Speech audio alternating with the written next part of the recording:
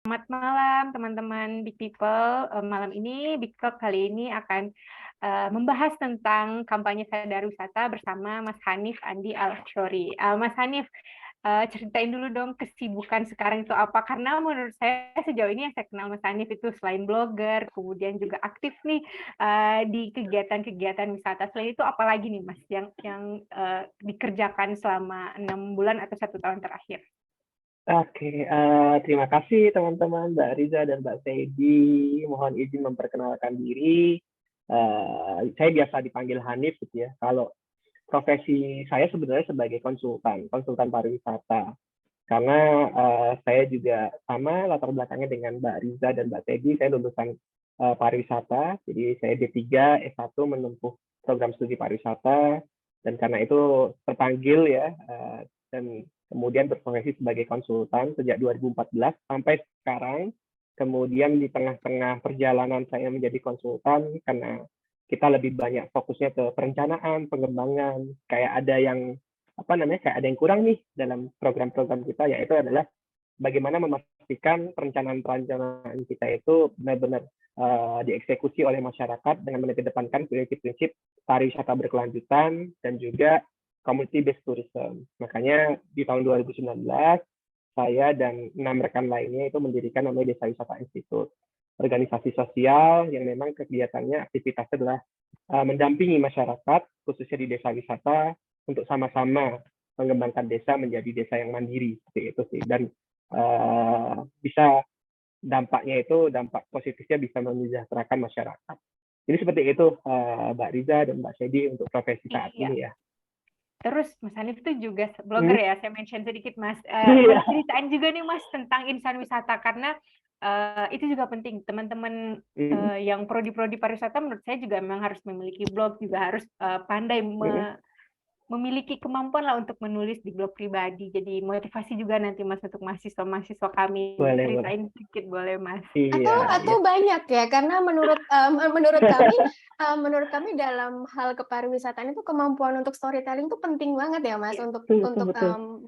menyampaikan apa sih value-nya dari tempat wisata ini dan sejarahnya dan segala Betul. macamnya gitu. Jadi boleh di-share banyak-banyak deh kalau saya request Mas. Oke, mintanya banyak nih Mbak Riza sama Mbak Sedi ya. Oke. Apa deh?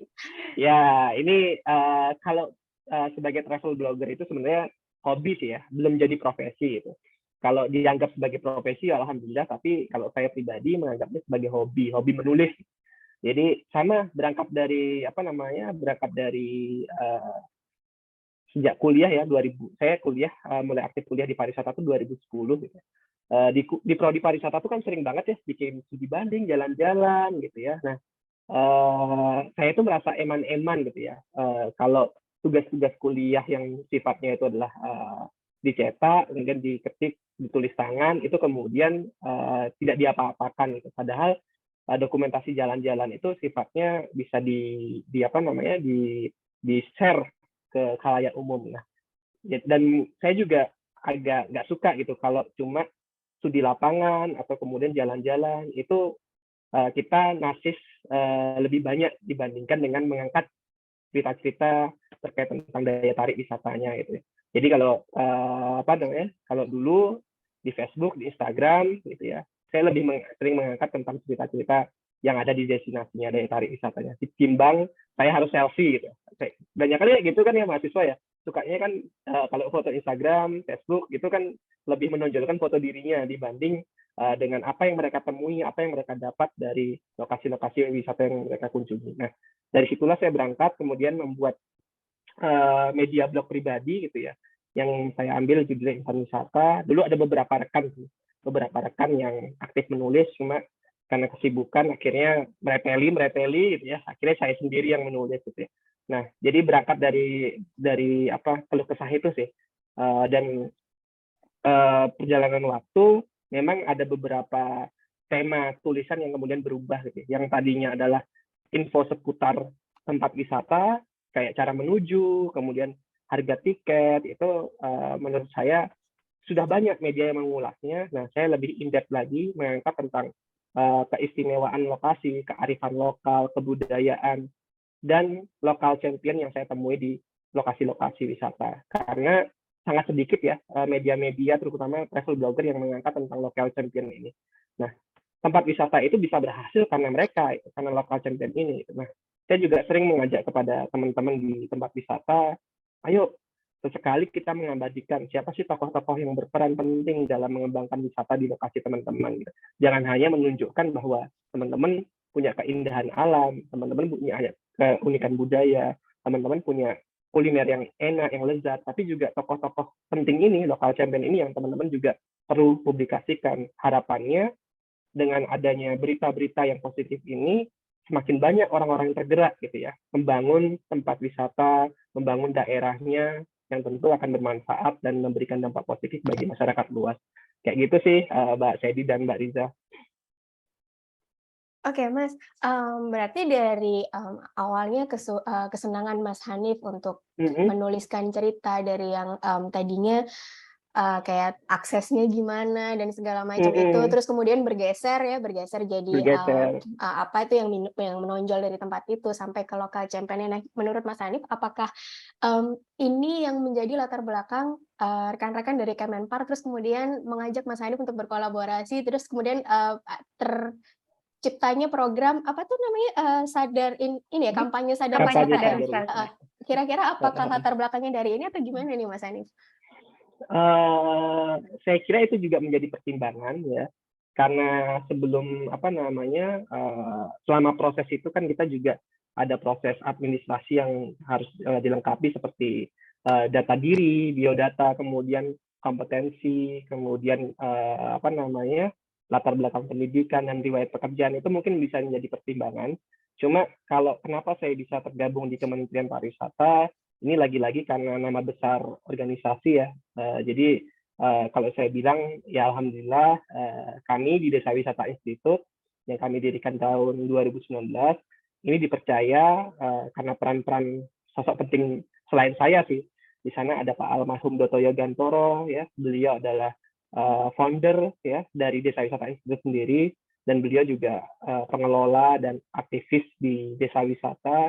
Kalau kata orang-orang, beliau ini adalah arsiteknya Desa Wisata. Beliau yang punya Desa Wisata Penting Sari.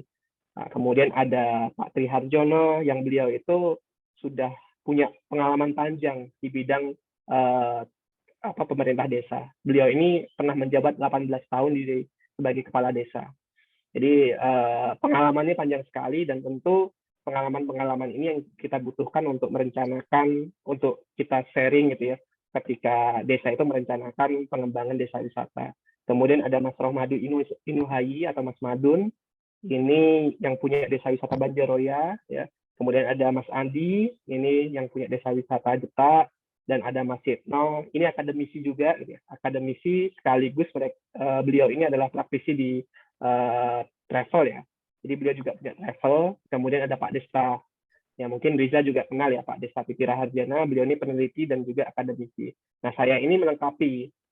Jadi saya ini melengkapi sebagai apa ya, salah satunya kaum milenial gitulah ya.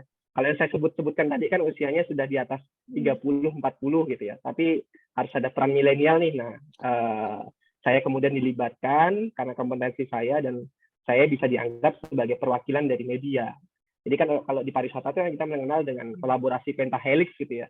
Nah, di Desa Wisata Institute alhamdulillah sudah terwujud semua gitu. Ada akademisi, ada praktisi, ya, kemudian ada media, ada swasta yang punya travel. Seperti itu sih. Jadi kita berusaha untuk kolaborasi, dan tujuannya juga sama gitu. Kita sama-sama ingin mengembangkan pariwisata di Indonesia, memajukan pariwisata Indonesia. Ya, dengan visi misi itu kita bawa dalam satu wadah yang sama, yaitu Desa Wisata Institute. Dan saya kira kenapa Kemenpar menunjuk saya lagi-lagi bukan karena nama besar saya, tapi nama besar Desa Wisata Institute. Seperti itu sih. Oke, thank you Mas. Tapi menurut saya ya Mas, buat mahasiswa juga sih, saya selalu memesankan bahwasanya kita memang harus membangun portofolio dari mulai bangku pendidikan ini gitu.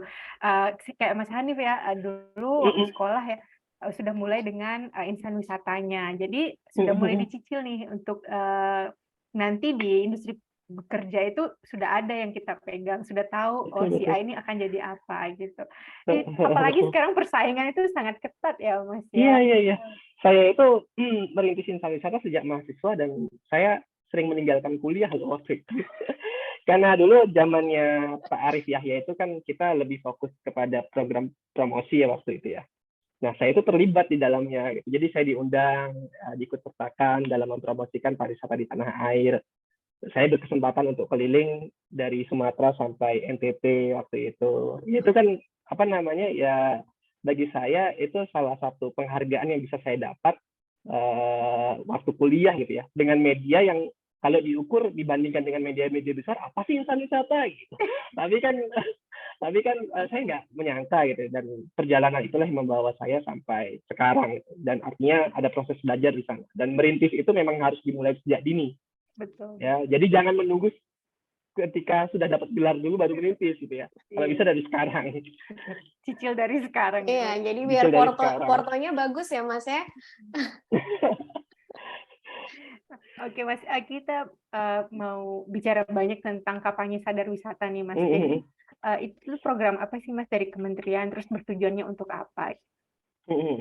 Ya, jadi kalau teman-teman sekarang dengar itu ya mungkin teman-teman sering lihat di media sosial atau media online atau media cetak Kementerian Pariwisata selain melalui ATWI gitu ya. Sekarang kan ada lomba Anugerah Desa Wisata Indonesia.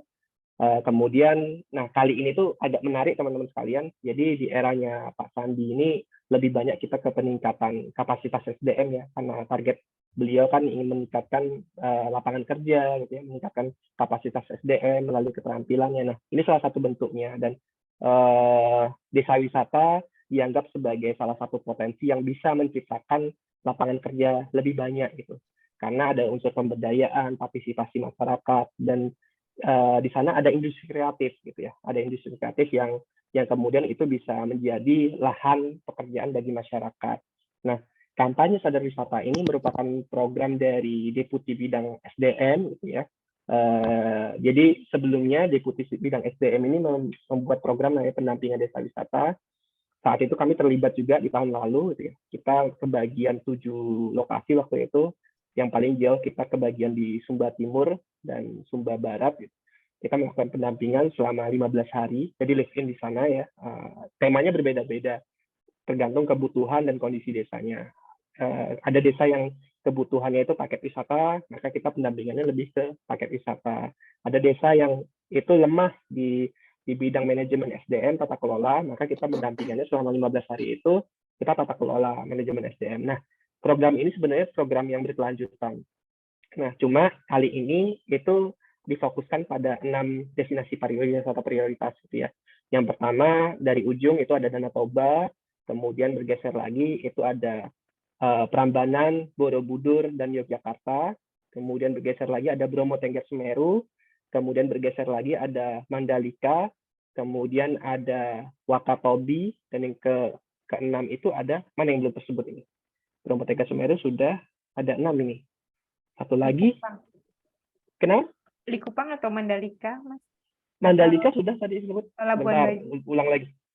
Oh, Labuan Bajo, sorry, Labuan Bajo yang dulu. Oke. Jadi ada 6 destinasi pariwisata prioritas yang menjadi fokus pengembangan SDM dari Kementerian Pariwisata ya, melalui Deputi SDM, dan itu tentu ya, Kemenpar tidak bisa sendirian gitu ya untuk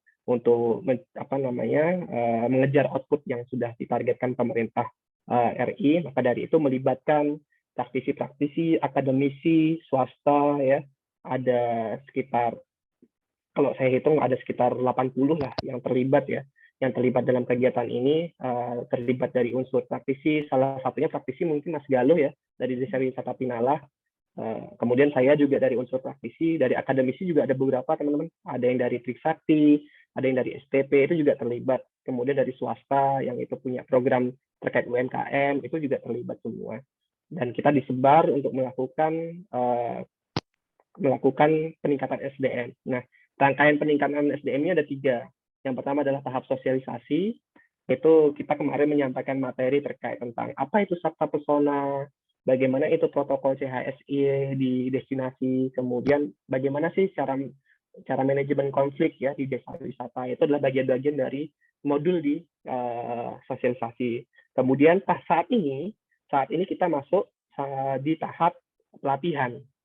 Nah, jadi ada beberapa modul yang dibawakan, mulai dari tahap exploring gitu ya, kenali apa sih potensi alam, potensi budaya, sampai potensi-potensi yang intangible gitu, yang tidak terlihat gitu ya. Kemudian bagaimana pelatihan untuk pengemasan atraksi wisatanya menjadi paket wisata, kemudian pelatihan kuliner, homestay, inovasi produk, itu menjadi modul dalam rangkaian pelatihan. Selanjutnya, pasca pelatihan ini teman-teman akan didampingi. Nah, jadi setiap desa ini akan didampingi oleh mentor-mentor yang itu kemudian saya nggak tahu programnya seperti apa finalnya gitu ya. Yang jelas akan dipantau sampai tahun 2023 proses pendampingan ini. Nah, tahap pertama ini kalau nggak salah ada 65 desa wisata ya. Sorry kalau salah ya. Tahap kedua nanti di tahun 2023 harapannya bertambah ada 95 desa wisata. Jadi total ada ratusan desa wisata yang akan kita dampingi, kita latih, dan kita sosialisasikan. Dan setiap desa wisata itu mau diwakili oleh 15 local champion. Nah, harapannya lokal champion ini yang bertemu dengan kita, yang kita latih, yang kita dampingi, ini bisa menjadi agen ya, menjadi sosok yang kemudian bisa kita percayai untuk bisa mengembangkan desa wisatanya. Seperti itu sih secara umum gambarannya ya untuk program-program kampanye sadar wisata. Dan ini program didanai langsung oleh World Bank. Gitu. Mas Hanif, kalau misalnya berkaitan dengan desa wisata kan kita tahu untuk pendekatannya biasanya bottom up ya Mas ya. Betul. Nah, sejauh ini Mas dengan tadi udah banyak banget tuh dari destinasi prioritas ya fokusnya ya, dan harapannya mencapai ratusan desa wisata gitu ya di tahun-tahun berikutnya. Nah Mas, pada awal tahap sosialisasi itu gimana Mas responnya masyarakat setempat, warga lokal gitu? Terus apakah itu maksudnya adakah respon-respon yang sekiranya terus kemudian malah menjadi hambatan-hambatan pada saat program sosialisasi dan terus kemudian untuk menuju ke tahap berikutnya? Gimana tuh Mas? Oke. Ya, kebetulan yang ditunjuk ini, desa-desa wisata yang ditunjuk ini adalah desa-desa wisata yang sudah terbentuk gitu ya. Okay. Jadi yang sudah punya SK minimal di tingkat kabupaten. Berarti kan yang menandatangani, yang membuat SK, yang menerbitkan SK adalah bupati atau wali kota. Jadi minimal harus terdaftar di situ dulu. Kemudian di tahap sosialisasi ini dalam sekali kegiatan ini yang terlibat adalah 100 orang, 100 peserta. 100 atau 50 ya, saya lupa malah. Kalau melihat antusiasnya, tentu mereka sangat antusias ya. Karena kan metode seperti ini kan jarang ya. Mulai dari sosialisasi, kemudian pelatihan sampai pendampingan, itu kan mereka jarang mendapatkan kegiatan-kegiatan seperti ini. Rata-rata di daerah itu kan mereka dapatnya pelatihan gitu ya. Pelatihan pun tidak sepanjang ini durasinya, paling lama paling 3 hari gitu ya. Nah, di pelatihan ini itu paling lama sampai 7 hari teman-teman.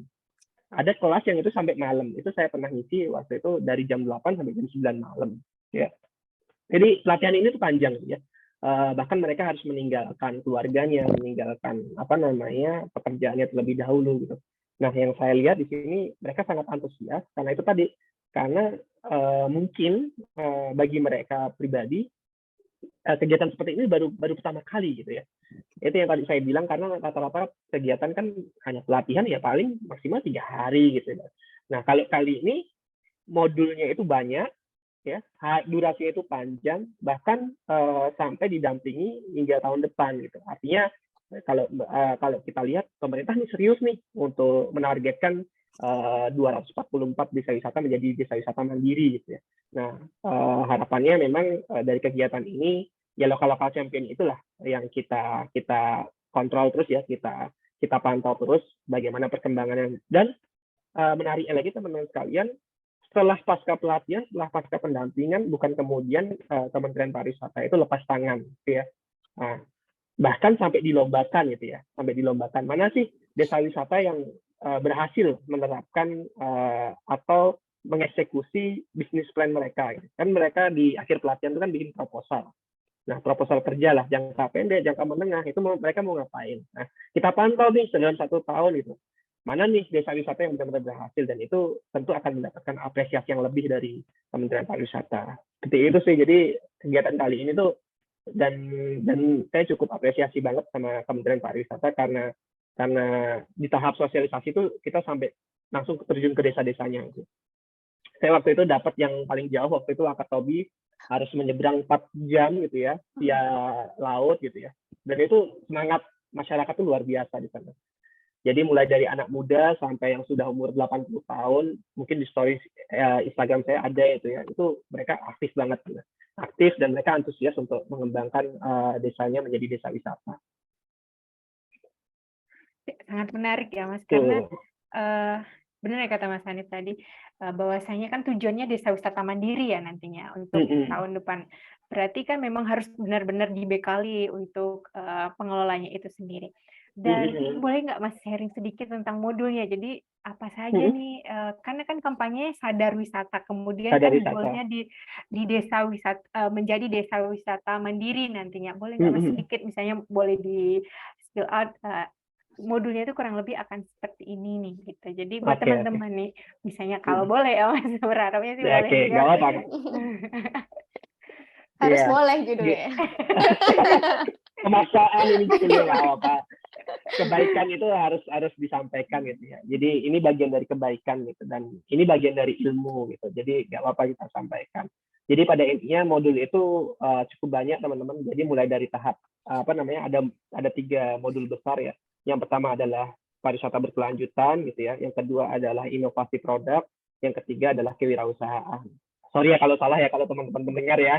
Kalau salah silakan dikoreksi di kolom chat di YouTube gitu ya. Ya kayak yang saya ikuti seperti itu gitu ya. Jadi pariwisata berkelanjutan itu lebih kita membahas terkait tentang tahap exploring. Jadi menemukan potensi gitu ya. Meskipun pada dasarnya ini adalah desa wisata yang sudah terbentuk, tetapi pasti akan ada beberapa hal baru gitu ya yang mungkin bisa kita dapatkan. Kemudian dari tahap exploring, kemudian bisa masuk ke tahap packaging gitu ya. Packagingnya itu bagaimana mengemas potensi-potensi yang tadi sudah terpetakan supaya menjadi paket wisata yang menarik seperti itu. Kemudian di tahap inovasi produk itu ada pengembangan produk terkait kuliner ya, kemudian homestay, kemudian juga ada produk UMKM, itu juga mereka mendapatkan modul itu. Dan menariknya bukan teoritis gitu ya. Makanya tadi yang saya sampaikan, pelatihannya bisa sampai 7 hari, paling lama di inovasi produk gitu ya. Karena itu sampai praktek, bahkan sampai malam gitu ya. Jadi prakteknya itu cukup panjang. Jadi homestay ya, mereka juga praktek bagaimana cara menata kamar yang baik. Kuliner ya mereka juga praktek sampai menghidangkan ya, sampai mulai menentukan resep itu juga mereka belajar gitu ya. Gastronominya, filosofinya itu juga mereka belajar. Nah, di tahap yang ketiga ini adalah modul yang ketiga, modul besarnya adalah kewirausahaan. Nah, kewirausahaan ini berbicara tentang bagaimana sih inovasi produk itu kemudian dibisniskan. Yang tadi inovasi produk, yang tadi di kuliner, di homestay, ya, di UMKM itu kemudian dibisniskan. Termasuk juga di kewirausahaan ini membahas tentang modul-modul terkait tentang digital keuangan. Nah, supaya karena banyak ya di lapangan kita temui banyak sekali masyarakat yang masih membukukan atau mencatat secara administrasi itu secara manual gitu ya. Padahal hal yang bersifat manual itu banyak kelemahan gitu ya. Beberapa kali saya datang ke desa wisata waktu asesmen desa wisata gitu ya. Yang manual itu kadang kalau udah dibawa sama pengurus lama, kadang pengurus barunya itu nggak mau minta gitu, kadang hilang gitulah. Kemudian kadang kebanjiran gitu, ada kemakan rayap gitu. Jadi nggak bisa terdokumentasikan dengan baik gitu ya. Nah, di sini kita ajarkan untuk mulai mengarah ke digital, termasuk juga digital marketing tuh. Jadi bukan hanya penguasaan tentang sosmed gitu ya, penggunaan Instagram, Facebook, kemudian TikTok dan segalanya, tapi bagaimana mengoptimasi ini gitu ya. Yang namanya digital marketing ini bukan berarti kita harus memiliki semuanya, tapi bagaimana dengan apa yang kita miliki itu, media-media yang kita miliki itu bisa teroptimalkan. Makanya di sana diajarkan bagaimana cara optimasi Instagram, membuat captionnya, membuat copywriting-nya, storytelling-nya masuk di sana. Kemudian bagaimana optimasi keyword-nya, kata kuncinya, Kemudian juga bagaimana yang kemarin kita ajarkan terkait tentang inovasi produk itu bisa dijual melalui e-commerce gitu ya, Shopee, Tokopedia dan lain sebagainya. Kita ajarkan seperti itu. Jadi antara materi 1 sampai materi ketiga, modul terakhir ini berhubungan dan akhirnya outputnya adalah bentuknya adalah proposal. Proposal program jangka pendek, jangka panjang yang itu disertai dengan RAB. Jadi kan kemarin kita udah belajar nih digital keuangan, cara membuat RAB, kita udah belajar semua termasuk juga inovasi produk. Kemudian di proposal inilah kemudian dituliskan, dipresentasikan ke hadapan para mentor atau para trainer. Seperti itu. Itu modul-modul besarnya. Oke, Mas, sorry nih, berarti kan dari 3 modul besar itu untuk program kampanye sadar wisata gitu ya, Mas, boleh di-share lagi nggak, Mas, kira-kira apa sih yang jadi indikator-indikator dari keberhasilan program? Maksudnya kan dari sekian banyak modul gitu ya, dari sekian banyak terus pelatihan yang panjang, kira-kira indikatornya, oh oke program kita ini berhasil deh, itu yang diharapkan yang seperti apa, Mas? Oke, jadi sepemahaman saya ya, karena saya bukan yang mengkritik program ya, jadi tentu masih banyak yang keliru atau mungkin tidak tepat, tapi nanti bisa dikoreksi ke narasumber yang lebih kompeten atau yang istilahnya yang punya gawe inilah. Gitu ya. Setiap kali kita mengisi materi itu ada pretest dan post-testnya. Itu tahap penilaian pertama, gitu ya. Jadi ada setiap kita sebelum materi, misal nih besok saya akan menyampaikan digital marketing. Jadi sebelum kelas saya itu ada pretestnya. Pasca kelas saya pun ada post-testnya. Itu untuk mengukur kepribadian, gitu ya. Mengukur apakah materi saya itu benar-benar masuk ke mereka, mudah dipahami atau tidak, dan segalanya lah. Itu ya. Jadi setiap personal yang ikut, setiap lokal champion yang ikut itu akan mengisi pretest dan post-test. Kemudian yang kedua, indikator pencapaian itu tentu dari nah mereka kan juga ditantang nih ya.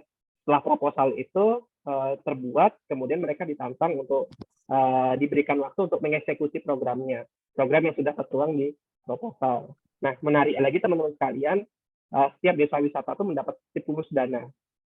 Semua desa wisata yang terlibat mendapatkan stimulus dana, saya tidak usah sebutkan angkanya gitu ya. Siapa tahu mengalami perubahan gitu ya. Ya. Yang jelas stimulus dana itu bertujuan untuk membuat mereka itu tergerak untuk bisa mengeksekusi program-program yang sudah dibuat melalui proposal itu.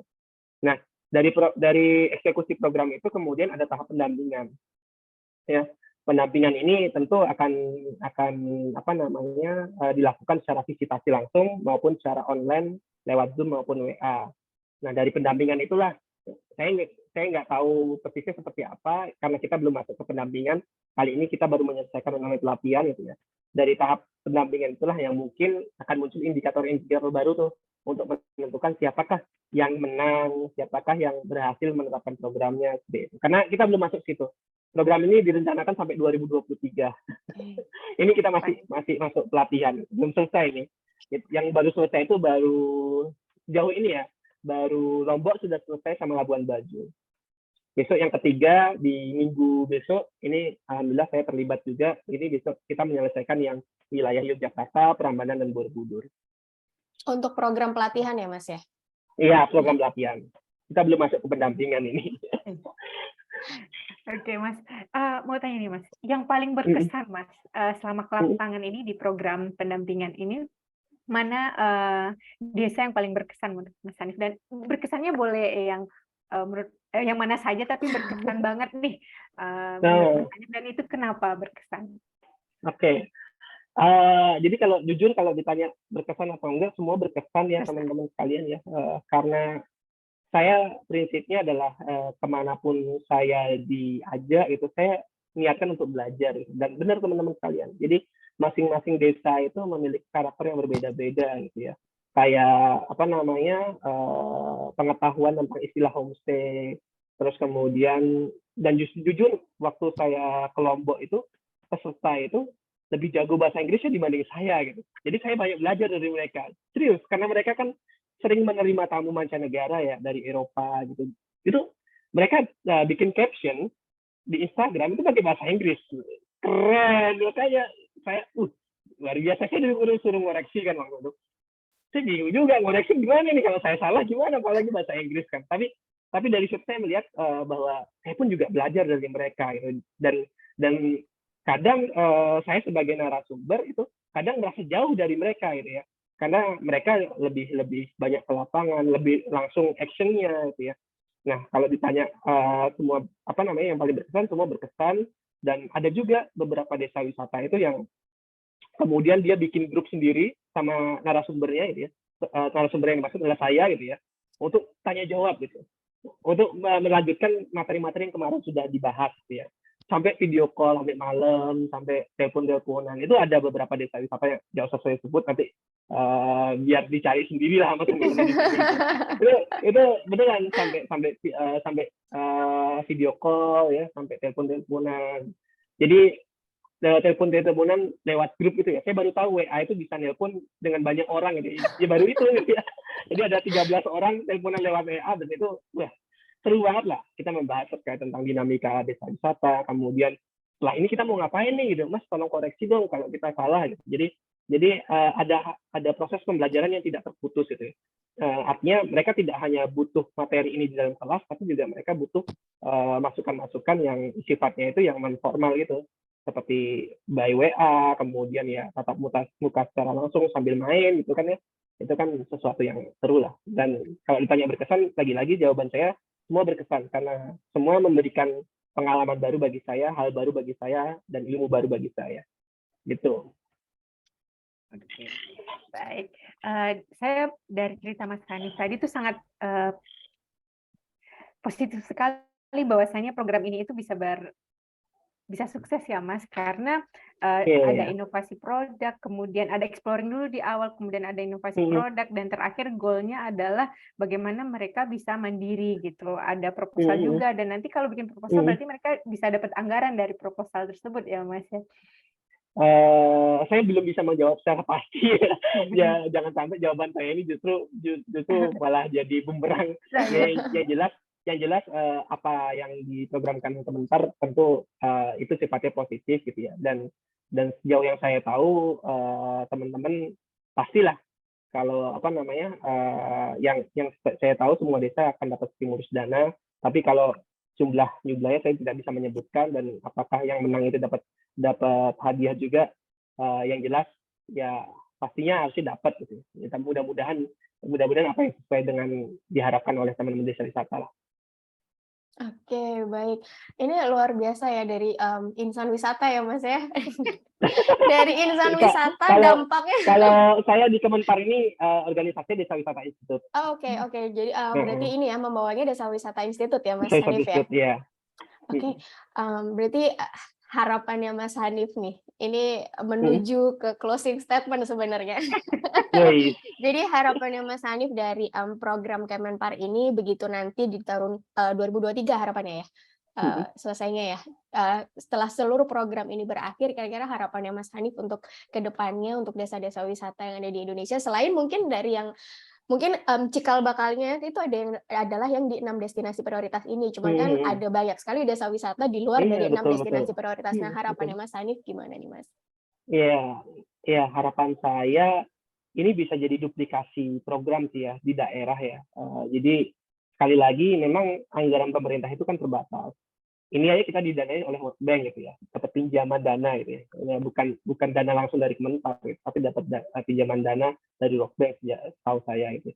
Harapannya program-program positif ini bisa diduplikasi ke daerah gitu ya. Pemerintah daerah tentu memiliki anggaran gitu ya, tidak perlu apa namanya mirip banget gitu. Yang jelas program ini bisa diduplikasi, ada sosialisasi, pelatihan, pendampingan gitu ya, ke daerah-daerah gitu ya. Dan harapannya setelah Kemenpar selesai dalam mendampingi ini ya memang ini diteruskan ke daerah ya. Daerah dalam hal ini pemerintah daerah yaitu Dinas Pariwisata ya, kerjasama dengan perangkat yang lain, kemudian juga mungkin desanya gitu ya. Karena desa itu kan punya wewenang ya. Di Undang-Undang Desa itu kan juga diatur ya. Desa memiliki wewenang untuk mengatur penggunaan dana desa, bahkan apa namanya Menteri Kementerian Desa ya sudah mengeluarkan statement tuh bahwa dana desa bisa diarahkan untuk penggunaannya pengembangan ke desa wisata. Nah harapannya lagi-lagi kita banyak nih bantuan yang akan didapatkan, bukan hanya dari Kementerian Pariwisata, kita bisa dapat dari Kementerian Desa, ya, kemudian dari Kementerian Koperasi, ya, UMKM terkait tentang industri ekonomi kreatifnya. Kemudian harapannya memang yang namanya pariwisata itu tidak bisa terlepas dari kolaborasi sih, ya. Jadi tentu kolaborasi itu sangat penting. Siapa aja yang bisa terlibat, ya, dari akademisi juga gitu ya. Ya, makanya kemarin itu juga di sela-sela saya mengisi materi, saya juga mengajak teman-teman untuk bisa memetakan gitu ya, memetakan mana nih yang pihak swasta yang bisa kita gandeng melalui dana tanggung jawab sosial atau CSR-nya gitu ya. Mana nih misal di Lombok kampus-kampus yang bisa kita gandeng melalui program-program KKN, program-program pendampingan, pemberdayaan, penelitian, itu kan penting juga. Karena kampus kan juga punya tridharma perguruan tinggi ya. Selain edukasi, mereka juga punya kewajiban untuk melakukan penelitian, ya. Mereka juga punya kewajiban untuk pemberdayaan dan pendampingan. Saya ajak masyarakat peserta untuk bisa memetakan. Dan proposal itu harapannya bukan hanya diteruskan ke Kemenpar. Ya, proposal yang tadi yang kita susun di pelatihan itu saya coba jelaskan ke mereka, ini jangan berhenti di Kemenpar gitu ya. Oke, ini teman-teman bisa arahkan ke Kemenpar untuk mendapatkan stimulus dana dan juga kewajiban dari teman-teman. Tapi coba proposal ini kita kembangkan lebih jauh, kita coba petakan pihak-pihak mana saja dari unsur pentahelik ini yang bisa dan berpotensi untuk kita libatkan untuk memajukan desa wisata kita. Yang kemarin juga sudah kita coba gitu ya, ada beberapa desa wisata yang sudah kita dampingi secara langsung, dan itu mereka sudah mengarah nih, oh kita coba ini Mas, karena kita punya program kebudayaan, kita coba untuk ngasih ke Fakultas Ilmu Budaya Universitas Gadjah Mada, karena di sana kan ada prodi arkeologi, dan kebetulan desa di sini mereka punya candi gitu ya, dan punya situs-situs cagar budaya yang luar biasa banyak berserakan di rumah masyarakat. Kemudian mereka juga punya program terkait tentang pembuatan batik, ya, pembuatan batik, jemputan seperti itu. Nah, mereka bisa kerjasama dengan pihak ISI, ya, kesenian. Gitu. Jadi setiap program itu tentu bisa dikolaborasikan. Jadi tidak hanya menunggu bantuan dari pemerintah, bantuan modal, tapi juga mereka juga bisa inisiatif supaya mencari kolaborasi yang tepat, ya, dan tentunya tujuannya juga bisa memandirikan masyarakat desa. Seperti itu nih teman-teman. Jadi harapannya ya mudah-mudahan apa yang kita berikan melalui dana World Bank dan melalui program dari Kemenpar itu bisa jauh lebih bermanfaat ya. Dan kemudian ini bisa diduplikasi ya, baik dengan teman-teman di UPN nih yang sekarang dengar ya. Mungkin UPN juga bisa menduplikasi program ini ya. Kita menggunakan zona utama kita dulu ya di Jawa Timur, ya udah kita coba petakan desa-desa wisata mana yang membutuhkan kontribusi kita. Nah, dari situlah kita coba mulai. Seperti itu. Oke, thank you. Makasih banget nih Mas Hanif. Kalau tadi kan closing statement yang berhubungan dengan program ini ya Mas. Kita kembali nih Mas ke insan wisata nih Mas. Karena kan pasti yang banyak mendengar mahasiswa Mas. Mahasiswa sekarang gitu itu ya? harus banyak dimotivasi Mas. Karena kalau enggak ya mereka tuh kupu-kupu aja Mas. Kuliah pulang terus bikin TikTok kayak gitu. Ya kan kita harapannya kalau sebagai akademisi, kita sebagai dosen inginnya mahasiswa nanti setelah kuliah itu langsung dapat kerja, bisa sukses, bisa lebih sukses dari kita sendiri sebagai pengajar gitu. Dan harus dibekali nih dari awal, harus dibangun portofolionya. Mungkin Mas Hanif nih melihat sekarang itu apa sih peluang yang bisa dilakukan oleh mahasiswa untuk membangun kecil-kecilan portofolionya? Iya. Ya teman-teman, jadi masa-masa mahasiswa itu masa-masa yang paling berharga ya menurut saya ya. Menurut saya ya, entah menurut Mbak Riza atau Mbak Seldi ya, atau menurut teman-teman pendengar. Karena saat mahasiswa itu kita banyak mendapatkan ruang-ruang ilmu gitu ya. Contoh seminar, apalagi terlebih pasca pandemi ini.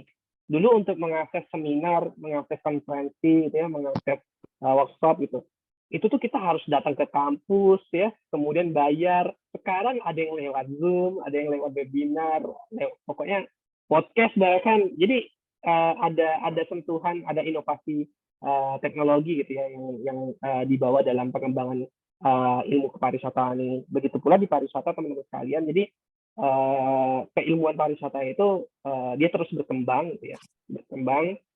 Jadi teman-teman silahkan sibukkan diri teman-teman itu dengan aktivitas-aktivitas yang bermanfaat gitu ya. Ikut organisasi itu juga penting gitu ya. Tapi coba juga punya punya punya punya impian gitu ya untuk memajukan pariwisata Indonesia. Saya pun juga gitu ya waktu awal-awal ya. Saya aktif di organisasi, tapi juga saya coba untuk membawa keaktifan saya itu bisa memajukan pariwisata Indonesia, yaitu melalui pariwisata tadi gitu ya. Nah, kemudian kedua, saya pun di semester ini terlibat di program praktisi mengajar ya. Kebetulan saya dapat kampus di UGM, mengajar selama 1 semester gitu ya. Saya melihat mahasiswa sekarang itu sangat kritis gitu ya. Sangat kritis, saya suka banget gitu. Berbeda dengan mahasiswa zaman saya gitu ya. Zaman saya tuh kalau ditanya itu mungkin ya nggak mau respon gitu ya.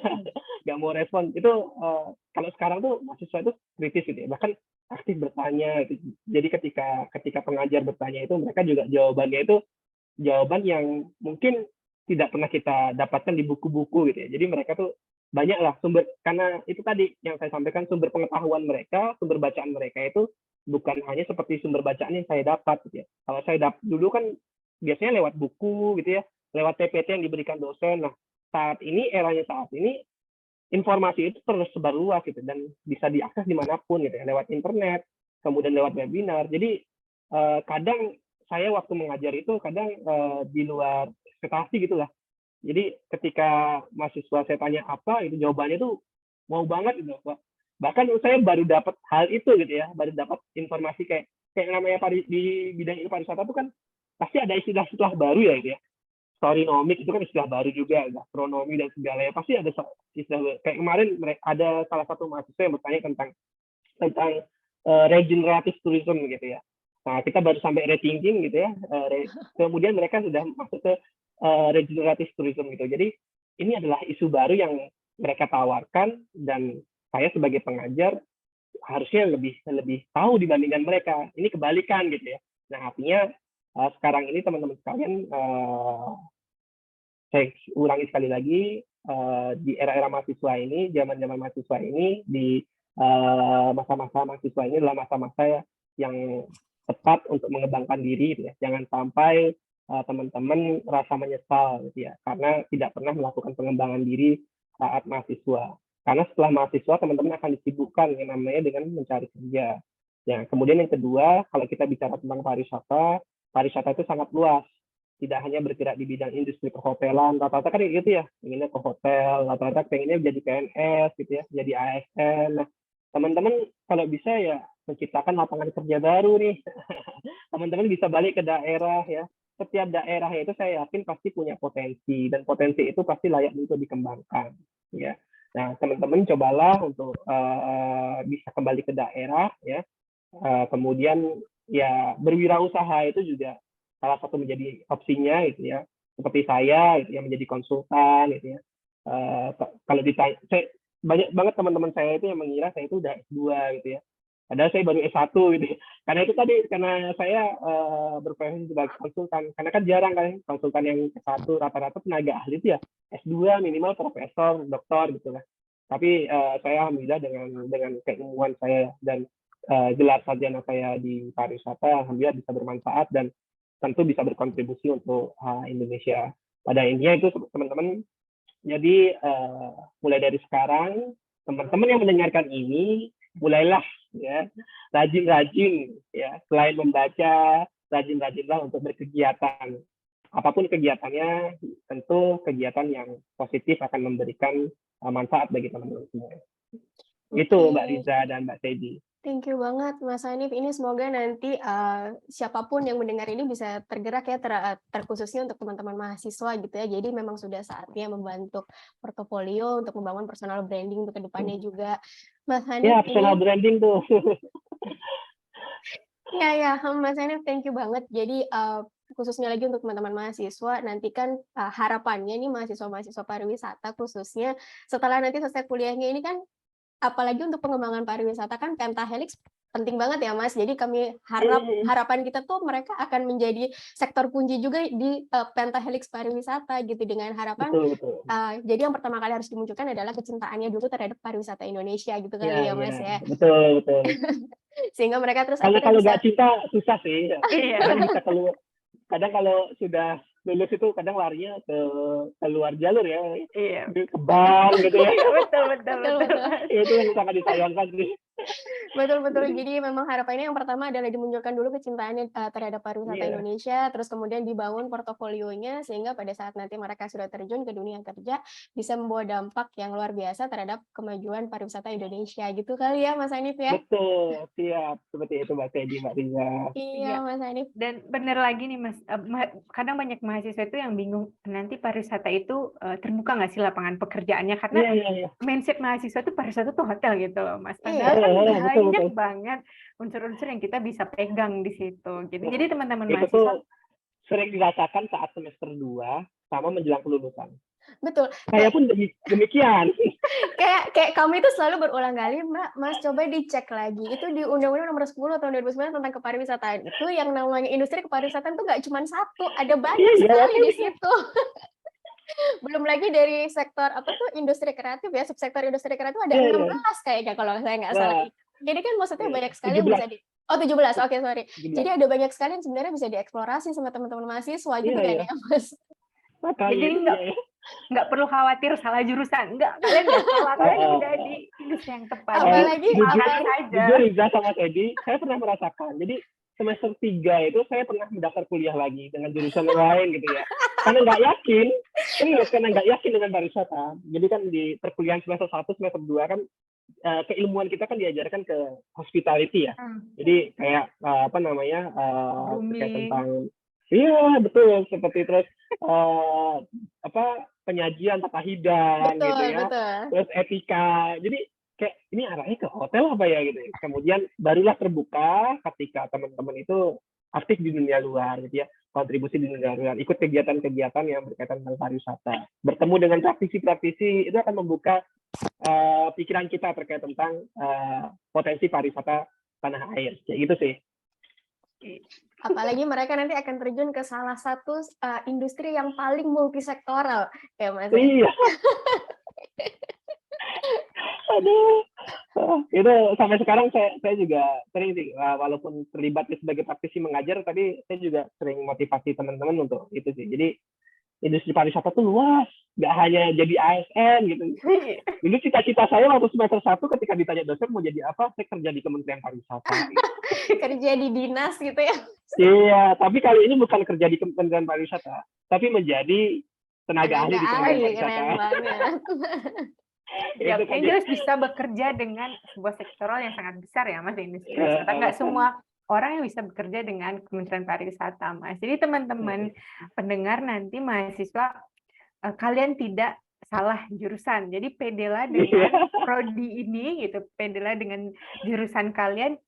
Hanya saja kalian bangun portofolio dari awal. Jadi fokus mau kemana, boleh kok ke digital marketing ya Mas ya. Pariwisata kan juga berhubungan dengan digitalisasi gitu. Jadi kemana kalian minatnya, fokus ke situ dan memang digali itu. Gitu. Jadi kalian akan expert nanti di bidangnya. Gitu. Nah itu dia. Karena itu yang susah ya Mas, mencari ekspektasi di bidang kita itu apa. Tapi wajar sih di umur-umur mereka yang sekarang, mereka bingung A atau B ya yang cocok dengan saya. Ya, makasih banyak ya Mas Hanif. Bincang kita malam ini sangat luar biasa. Ini nanti mahasiswa saya wajibkan untuk mendengar ini Mas, karena harus. Ini penting nih teman-teman mahasiswa. Karena kadang waktu saya satu ya Mas, jarang sekali dosen yang memotivasi saya untuk kalian bangun portofolio. Ada Mas dulu S1 di 2011. Ini habis ini ada yang komen dulu S1 di mana ya Bu gitu. Iya. Kalian jadi sedikit jangan jarang Mas. Justru kalau sekarang saya sering cawe-cawe ke mahasiswa, kalian bangun, karena saya merasakan sendiri ini agak susahnya mencari kerja kemarin-kemarin, apalagi pandemi, nggak punya portofolio yang kuat, segala macam. Jadi untuk kemarin ada loh satu mahasiswa saya tuh yang lolos seminarnya Riza waktu itu, yang desa wisata bercerita itu. Iya, iya, iya. Iya, itu Ya, ada saya salah tahu satu kayak. ya.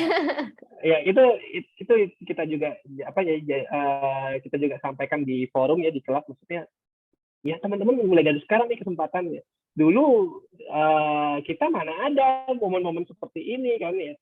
Jadi momen-momen kali Iya, ini betul. banyak kan tersedia, ada seminar, kemudian ada penulisan jurnal. Ayo submit gitu. Masalah ditolak ya nanti belakangan, yang namanya teman-teman berkarya dulu gitu kan. Apalagi Jadi Lomba-lomba sekarang juga motivasi dan banyak, gitu. Mas. iya, dan kemudian bahkan kayak Iya, webinar-webinar betul. pun sudah tidak gratis pun mereka bisa join gitu ya. Jadi kayak ilmu yang Nah, iya. narasumber di webinar kan pasti mereka yang sudah expertise di bidang itu dan mereka bisa serap ilmunya itu secara free gitu kan. Ini kan kesempatan yang dulu nggak ada. Iya, nggak ada. Dulu zaman-zaman kita apapun berbayar ya. Dan Kebanyakan kebanyakan seminarnya ya dibayar itu. Untuk mencari seminar yang temanya pariwisata itu, turisme itu susah banget. Saya akui itu 2010 sampai 2015. Ya, untuk mencari tema-tema seminar yang berbau pariwisata karena saya kebutuhannya sertifikat itu susah banget. Nah, sekarang ini bertebaran nih banyak banget. Mau nyari yang gratis, mau nyari yang bahasa Inggris, bahasa Indonesia, ada semua gitu ya. Bersertifikat, bahkan ada yang dikompetisikan, itu ada semua. Keren lah ya. Ya ini hikmah pandemi COVID lah ya, semua serba digital ya, Mas. Kalau nggak kita nggak biasa virtual. pakai Zoom nih, Mas. Kalau nggak pandemi kita nggak akan terbiasa dengan Zoom. Termasuk podcast kayak gini kan juga salah satu produk ya, fenomena ya, produk pandemi ini ya, Mas. Iya. Oke. Baik, makasih banyak ya Mas Hanif sekali lagi. Semoga teman-teman yang mendengar mendapatkan ilmu yang bermanfaat juga. Semoga ada kolaborasi-kolaborasi lain juga dengan insan wisata, atau nanti teman-teman mahasiswa kontak Mas Hanif, tanya-tanya atau ngajak kolaborasi, boleh ya Mas ya? Nanti boleh, bisa ke Instagram Mas Hanif atau ke Instagramnya Insan Wisata. Iya. Terima kasih ya Mbak Riza ya, Mbak Sedi. Mas Hanif, makasih banget bersedia hadir nih, bersedia sharing dan share banyak banget ini informasi dan ya insight sekali lagi yang... mungkin disclaimer ya, mungkin yang saya sampaikan yang terkait tentang program-program pemerintah kan mungkin kurang tepat gitu ya, karena saya kan di sini bukan sebagai pembuat program ya, nanti bisa dikonfirmasi ulang ke Kementerian Pariwisata. Harapannya sih yang saya sampaikan ini sifatnya positif gitu ya, dan tentu bisa sekali lagi bisa diduplikasi oleh teman-teman semua, bahwa kegiatan pelatihan itu untuk pendampingan nggak cukup, jadi lakukanlah secara berkelanjutan gitu. Oke. Makasih banyak Mas Hanif. Saya tutup podcast malam ini. Assalamualaikum warahmatullahi wabarakatuh. Sampai ketemu di... Waalaikumsalam. Makasih Riza, Teddy. Ya, makasih. Sehat terus, Mas. Oke, Mas Hanif. Mbak udah di stop record.